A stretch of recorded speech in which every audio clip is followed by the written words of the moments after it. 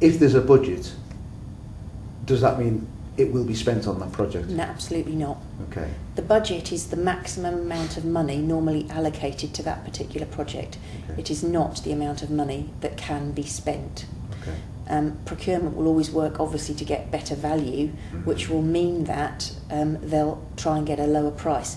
But the point again is the total cost of acquisition has to be involved when we talk about the budget, because the price that may be paid for an item, if it's the budget amount, that will be meaning that we'll need more money than the budget, because it doesn't meet the total cost of acquisition. So a salesman should never assume that the budget is the amount of money that any organisation has to spend on the item that he's trying to sell. Right, okay.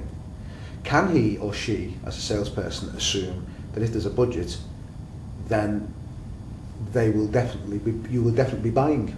No.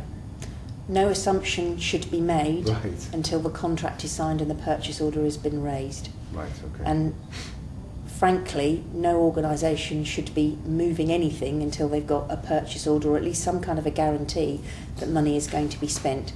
In the world today, business changes so fast that projects are created and stopped and started again, and it's very difficult sometimes to understand, just because there's a budget, whether or not that thing will go ahead. So assumptions shouldn't be made just because there happens to be a budget. So what advice to the salesperson involved in that process then? It's to try and keep close again to your procurement contract and also the other contracts that you have within the business. But any salesman should understand how comfortable his own organisation is with moving forward when there's no guarantee of expenditure. Yeah, okay. So they have to be looking at the risks from their side as well, and keeping close to the customer as well. Because another key thing that procurement will manage the risk.